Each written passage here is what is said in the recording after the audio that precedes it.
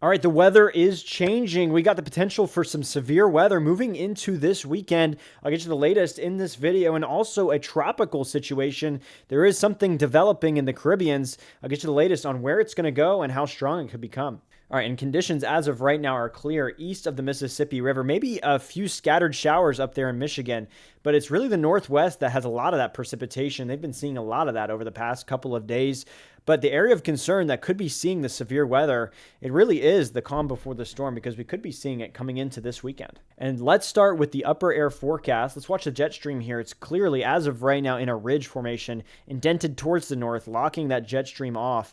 High pressure is dominating in the deep south, southeast as well. Missouri, frankly, Arkansas, Illinois, and Kentucky sharing in these conditions as well.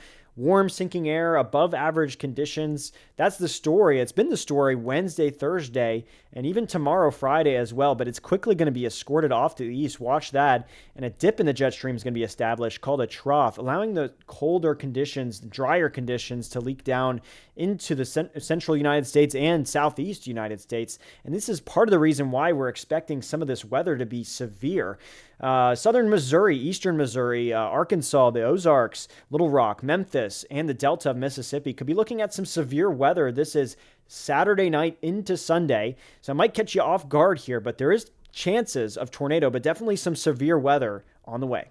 But like I said, high pressure is dominating the southeast United States, frankly, the eastern half of the United States with it. But as we push into Friday and Saturday here, you'll see that cold front start to form. And like I said with the previous slide, a trough, a dip in the jet stream is going to allow this cold front to move through. This is Saturday at 7 a.m. Central Time. You'll see this cold front start to push through, bringing a lot of rain. I think around 1 to 2 p.m. is when these storms can start popping off. But between Sunday, this is 7 p.m. Saturday, moving into 7 a.m. Sunday, that cold front's going to push through. And that's really the worst time for any serious weather to move through. Everyone obviously is asleep at that time. So you're going to want to stay weather aware, have a weather radio on hand, or even have your phone near you so those alerts will go off if the worst case scenario happens, if you're in that Missouri, Arkansas, Delta region of Mississippi, Memphis area as well. And at the time of this recording, it is 9 p.m. Central Time, October 16th, 2025. So we are a little bit ways out from this storm, but already the Storm Prediction Center giving a slight risk for a lot of these areas that I was talking about. Southern Missouri, eastern Missouri as well, St. Louis area, western Tennessee, Memphis, the Delta region of Mississippi, all of Arkansas, practically all of Arkansas, all of northern Louisiana, and even as far west into Oklahoma and Texas, getting that slight risk. So there is a potential for severe weather here. Even some tornadic activity as well could be possible. I'll be watching this very closely, and as we get closer, I'll provide updates, but definitely going to be expecting some severe thunderstorms, definitely some severe weather. Hail, gusty winds could definitely be possible as this system moves through this area. And the severe weather possibilities isn't the only thing you're going to be weather aware of as the system moves through this area. If you're in this area, there's also the chance of excessive rainfall. A lot of this area in the yellow is a slight risk. And as it extends as far north and east into Illinois and parts of Indiana as well. So you're going to be getting a lot of rain over this period of time as well. So it's not just the tornadic activity that we're going to want to pay attention for or those severe storms. It's excessive rainfall as well. Let me walk you through exactly what the radar could look like as we approach the weekend. The main timeline I want to emphasize here isn't just that 7 p.m. Saturday Central Time to 7 a.m. Sunday Central Time.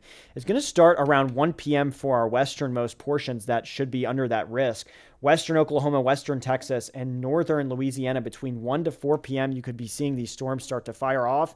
And that should be a little bit of an indication of how severe this system might affect Arkansas, Missouri, and eventually into Tennessee and the Delta of Mississippi.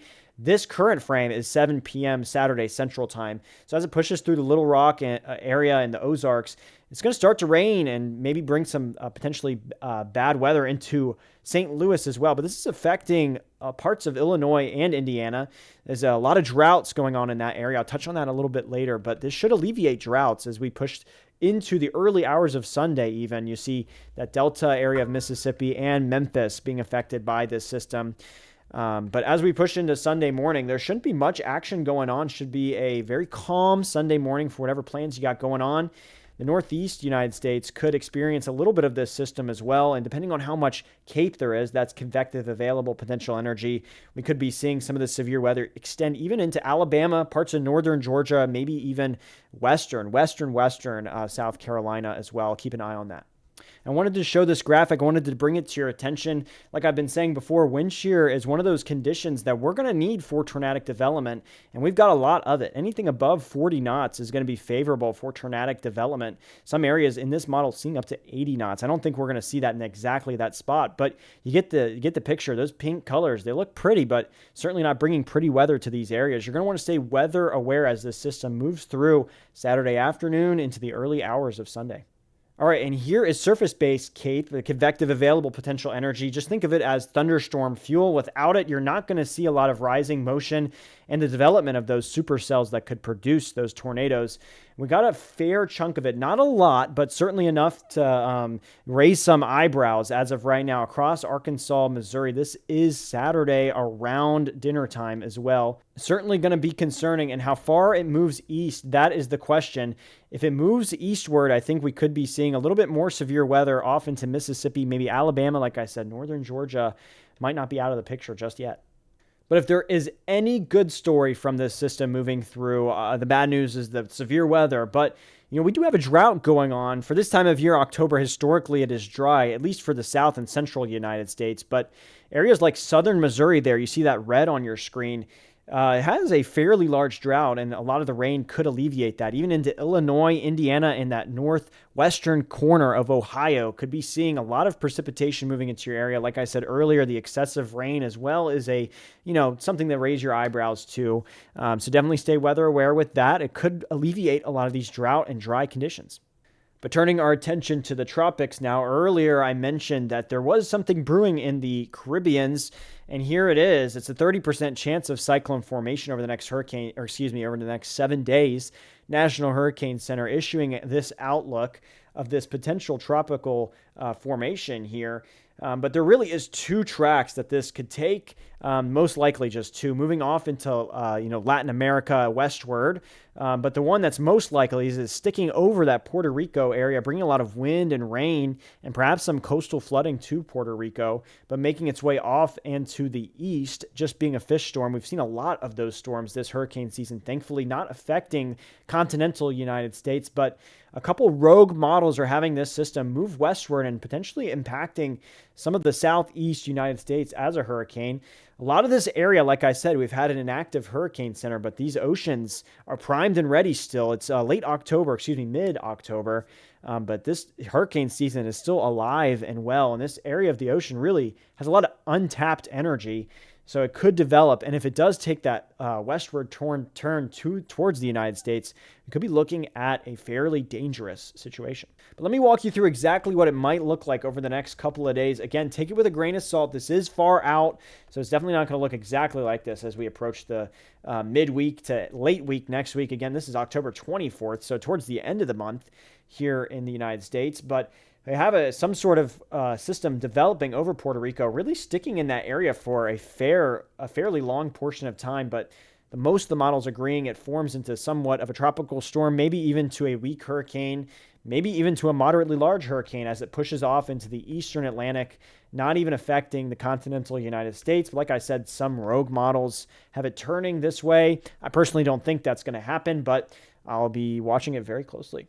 But turning our attention more to when fall might be here, some of us towards our west saw fall-like conditions already, but really the eastern half of the United States have been seeing those above average temperatures, depending on where you are over the past couple of days. Exceptions up here in the Northeast, seeing those frost advisories over the past couple of days. But over the next 6 to 10 days, this is October 22nd through the 26th, so pushing into late October, close to Halloween even, below average conditions for much of Virginia, West Virginia, the Carolinas even, the darker shade of blue indicating the more likely of a percent chance you'll see below average temperatures. But even Pennsylvania, New Jersey, Ohio, eastern Kentucky, eastern Tennessee, and much of Georgia seeing those slightly below average conditions. But zooming out and taking a broader look nationally, let's look at temperature anomalies, how much above average or below average, how many degrees. But let's look at this. Before the cold front pushes through, we could be approaching record-breaking temperatures for this time of year. Iowa, Missouri, Kansas, Oklahoma, and maybe even parts of Texas as well. It's pretty warm out there for this time of year, but as that cold front pushes through, it's going to replace that warm temperatures with somewhat below average conditions as well. 7 degrees, this model is showing futurecast-wise in Illinois. Even Atlanta seeing those below average conditions. But over the next 6 to 10 days, like I said, the Carolinas, the Mid-Atlantic and Northeast could be seeing those below average, more fall-like conditions, which should be nice. Those trees should start to look a little bit more like the season of fall. Should be pretty out there. But I'm going to zoom forward real quick all the way to Halloween here, and this is way far out. So take this with a grain of salt, but I think we could be looking at possibly some slightly above average conditions.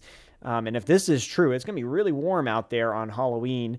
But I think the story is, as of right now, it could be above average conditions is the story. So I want to crank that AC. If you're dressing up in a Halloween costume, maybe keep it light for this time of year. I don't know exactly. This is not going to be gospel truth, obviously, way far into the future. But as of right now, we could be looking at some above average conditions Halloween evening. And that's really all I got for today. Please like and subscribe if you like this video and you want more of them.